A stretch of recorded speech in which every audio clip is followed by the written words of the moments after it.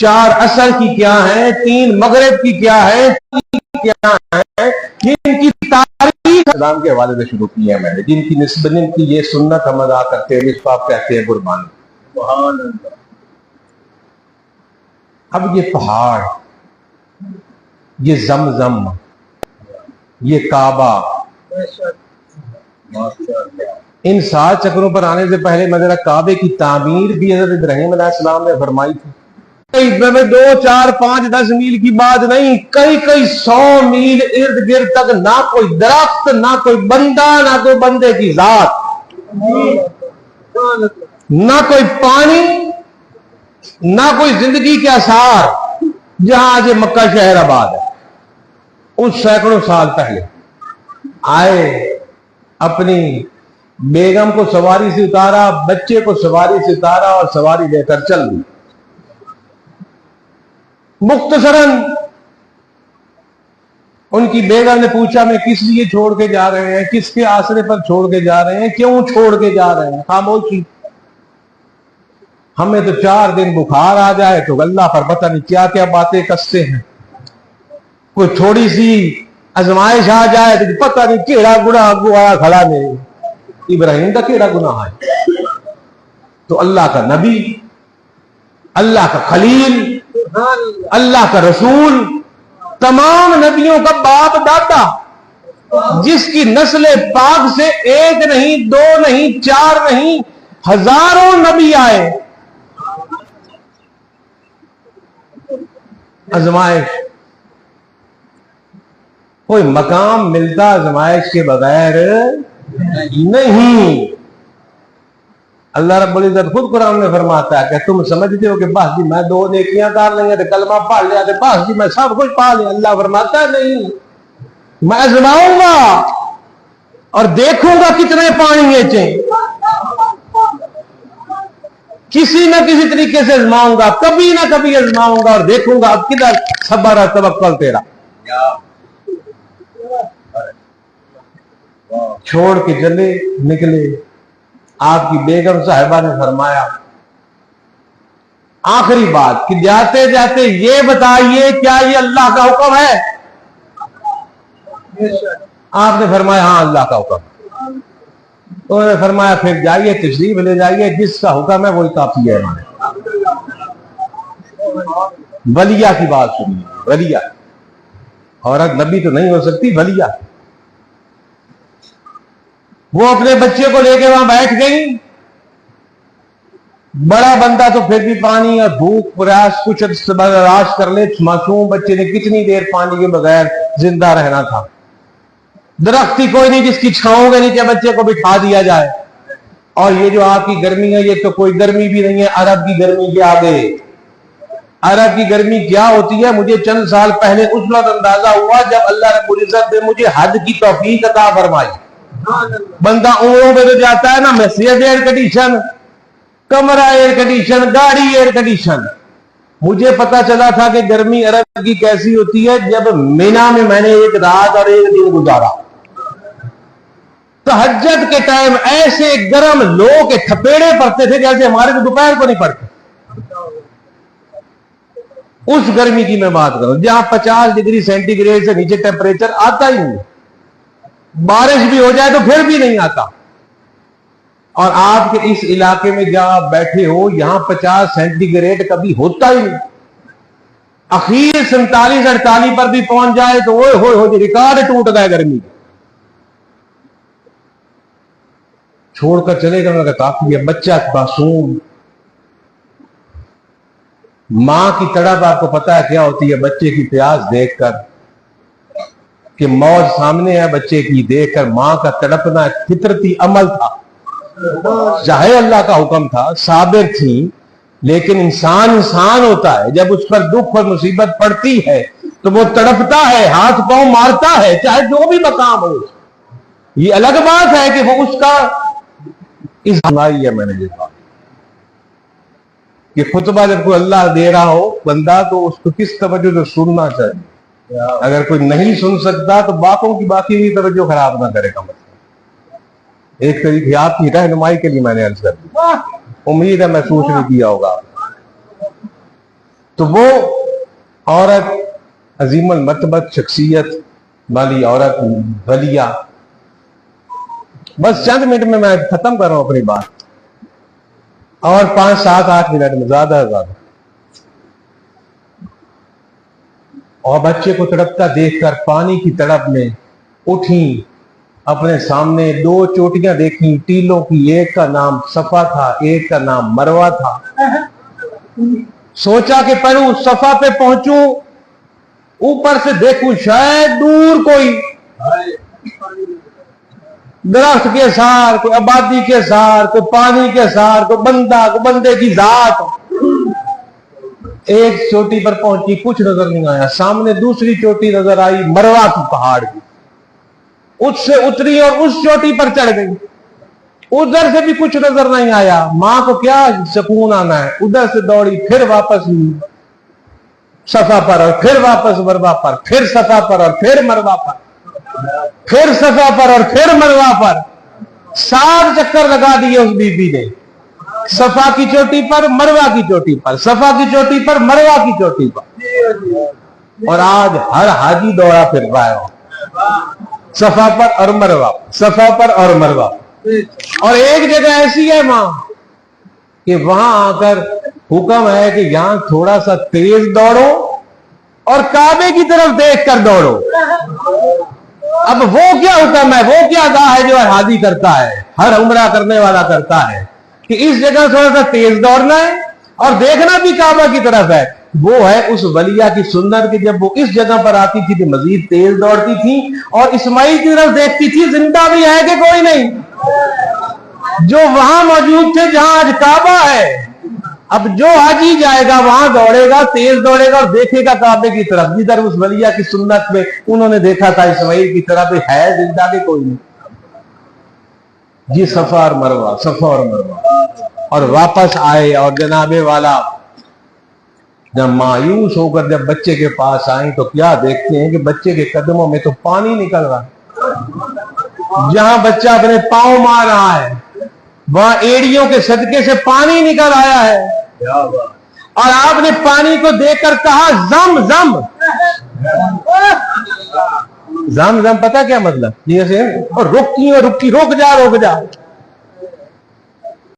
اس زبان میں انہوں نے ان کی زبان میں تھا کہ رک جا بھی زیادہ نہ نکال کہیں گے، جیسے ہم کہیں نا پانی کو تھوڑا پانی گھٹیا ہے، تھوڑا پانی گھٹیا ہے، زم زم کا یہ مطلب ہے۔ آپ نے فرمایا زم زم زم زم، تھوڑا مٹھا مٹھا، وہ آپ نے زمزم بن گیا، جس کو حاجی جا کر آج برکتن پیتے ہیں، اپنے جسم پہ ملتے ہیں اور تبرکتن لے کر آتے ہیں۔ ہم لوگ ان تبرک کو لیتے ہیں، پیتے ہیں، اور ہمارا یہ ایمان ہے کہ وہ پانی شفا ہے، ہمیں بیماریوں سے بچاتا ہے، اور جو وہاں جاتے ہیں لے کر آتا ہے۔ جو حاجی پانی لے کر نہ آیا کی کریں، پانی نہیں لے کے آیا، لازمن وہ پانی لے کر آتا ہے کیونکہ اس میں شفا ہے، اور وہ زم زم، اور خاتون نے فرمایا رک جا، زم زم پانی کیا ہے، اسماعیل کے قدموں کی خاک، اور نسبت کس سے ہے، ایک اللہ کے ایک ایسے برزگیدہ بچے سے جس نے کل کو نبی بننا تھا، معصوم بچہ تھا نبی کا۔ اور جناب والا کیا ہے، صفا مروہ پر دوڑنا کیا ہے، نبی رسول کی بھی سنت نہیں، ایک نبی کی بیوی اور ایک نبی کی ماں، ایک ولیہ خاتون کی سنت رب کو ادا اتنی پسند آئی، رب کو اتنی ادا پسند آئی، عرش پر بیٹھے ہوئے نظارہ فرما رہا ہوگا رب تمام فرشتوں کے ساتھ، دیکھو میری بندی کا صبر، دیکھو میری بندی کا توکل، بچے کے لیے تڑپ رہی ہے، زبان سے ایک لفظ بھی نکل رہا ہے جنہیں کا او اللہ سانو کتھے آ سٹے ہوئی ہوئے، او ساڈے نال تو کیڑی کیتی ہوئے۔ ہاں جی میں یہ الفاظ بات کر رہا ہوں معذرت کے ساتھ، ہاں جی اس ولیہ کی زبان سے کچھ نکلا، اللہ کہہ رہا ہے یہ ہوتے ہیں میرے۔ جب رب نے کہا تھا نا کہ ابلیس کو سجدہ کرو، اس نے نہیں کیا، اور اس کے بعد اس نے کہا کہ میں قیامت تک ان کی اور اس کی نسل کو بہکاؤں گا، تیرے خلاف لے کر جاؤں گا، تو اللہ نے فرمایا کر لے جو کرنا ہے، لیکن جو میرے ہیں، جو میرے ہیں وہ کبھی تیری بہکاوے میں نہیں آئیں گے، یہ ان میروں کی جماعت میں سے ایک تھا، وہ اسماعیل، اور ایک تھا ابراہیم، اور ایک تھی بی بی حاجرہ۔ میرے محترم دوستو بھائیوں، یہ تاریخی پس منظر ہے صفا اور مروہ کا جو میں نے عرض کر دیا آپ کے سامنے۔ انشاءاللہ العزیز مزید کچھ آئندہ آنے والے دنوں میں عرض کروں گا۔ تو میرے کہنے کا مقصد یہ ہے کہ خدا را جو اللہ کی نشانیاں ہیں اس کا احترام کرو۔ جہاں آپ پر میں بیٹھے ہیں یہ بھی اللہ کی نشانی ہے، اور جس وقت تک کوئی بندہ درس دے رہا ہے، واعظ فرما رہا ہے، وہ مجمع بھی اللہ کی نشانی ہے، اور نیک بندہ جو ہے وہ بھی اللہ کی نشانی ہے، اور نیکی کا ہر کام کیا ہوا اللہ کی نشانی ہے۔ آج جو بیت اللہ شریف جاتے ہیں، بیت اللہ اللہ کا گھر ہے، بنایا بھی تو کسی اللہ کے بندے نے اور اس کے بندے کی طرف نسبت ہے۔ مقام ابراہیم بھی کسی کے قدم کے نشان ہے، صفا اور مروہ بھی کسی بندی کی نشانی ہے، اور زمزم جو ہے وہ بھی کسی بندے کے قدموں کے صدقے ملا۔ یہ جو ایک بیت اللہ شریف ہے نا، ایک اللہ کا گھر عرش پر بھی ہے جس کو بیت المعمور کہا جاتا ہے۔ ایک یہ کعبہ ہم بندوں کا ہے، ایک کعبہ فرشتوں کا ہے۔ یہ بیت اللہ ہے، وہ بیت المعمور ہے، 7 آسمان سے اوپر عرش کے نیچے، وہاں فرشتے اس کے چکر لگاتے ہیں، طواف کرتے ہیں اور عبادت کرتے ہیں۔ وہاں کا بعض بے شمار روایات میں موجود ہے جن کا کہ مجموعہ یہ میں آپ کو عرض کر رہا ہوں، یہ باتیں کہ فرشتے وہاں چکر لگاتے ہیں، طواف کرتے ہیں، رب کی عبادت کرتے ہیں۔ اس کے بعد وہاں سے اتر کر پھر اس بیت اللہ کا جو مکہ میں موجود ہے اس کا طواف کرتے ہیں، یہاں عبادت کرتے ہیں۔ بعض روایات میں ہے کہ وہ 70,000 روز اترتے ہیں، وہاں سے طواف کر کے 70,000 اس کعبے کا آ کے طواف کرتے ہیں، اور یہاں کعبے کا طواف کر کے پھر مدینہ منورہ میں وہی 70,000 سرکار کی بارگاہ میں حاضری دیتے ہیں اور درود و سلام پڑھتے ہیں۔ اور یہ 70,000 جو ایک دفعہ ہو کے جاتے ہیں، قیامت تک ان میں سے دوبارہ باری کسی کے نہیں آئے گی، وہ جماعتیں آتی جاتی ہیں۔ اللہ رب العزت سے میری دعا ہے کہ وہ ان چند دنوں کو ہمارے اپنے اور اس کے رسول کی اطاعت میں گزارنے کی توفیق عطا فرمائے۔ جتنا ہو سکے ہم فرائض کی ادائیگی کے بعد جتنے نوافل ادا کر سکیں، چاہے وہ رکعتوں کی صورت میں ہو نماز کی، چاہے وہ قرآن تلاوت کی صورت میں ہمارا عمل ہو، درود شریف کی صورت میں ہو، سبحان اللہ والحمدللہ ولا الہ الا اللہ واللہ اکبر وللہ الحمد، ان الفاظ کو دوبارہ دہرانے کی صورت میں ہو۔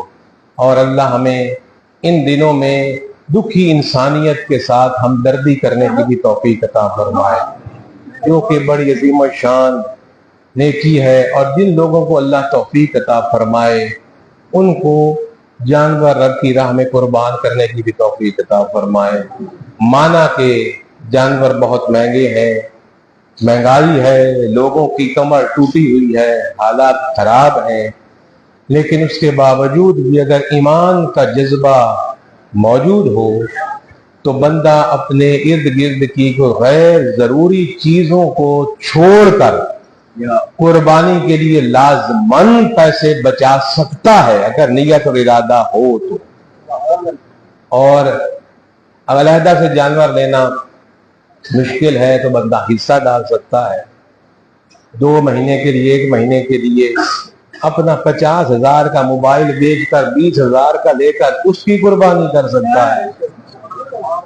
ہاں جی، جو غربت ہمارے گھروں میں بول رہی ہے کہ ٹی وی بھی چل رہے ہیں، ریڈیو بھی چل رہے ہیں، موبائل پہ پیکج بھی لگے ہوئے ہیں، نیٹ بھی چل رہے ہیں، فریج بھی چل رہے ہیں، اللہ ان میں اور اضافہ کرے۔ یہ جو غربت بول رہی ہے اس میں سے تھوڑا سا حصہ کاٹ کر قربانی کے لیے بھی کچھ نکالا جا سکتا ہے۔ اللہ رب العزت ہمیں توفیق عطا فرمائے کہ ہم اس کی اطاعت اور فرما برداری میں صرف یہ دن ہی نہیں باقی زندگی گزار سکیں۔ اللہ ہم سب کا حامی و ناصر ہو۔ وآخر دعوانا الحمدللہ رب العالمین۔ اور عید کی نماز دربار عالیہ پر 8:30 اور 9 کے درمیان ادا کی جائے گی. پورا وقت نہیں دیا جا رہا, لوگ آنے کا انتظار کیا جاتا ہے کہ جیسے لوگ پہنچ جائیں تو پھر عید پڑ جاتی ہے. 8:30 اور 9 کے درمیان عید کی نماز دربار عالیہ کی جامع مسجد میں ادا کی جائے گی. اور آخر میں جو حزب الرحمان کے نگران اعلیٰ جہاں تشریف فرما ہیں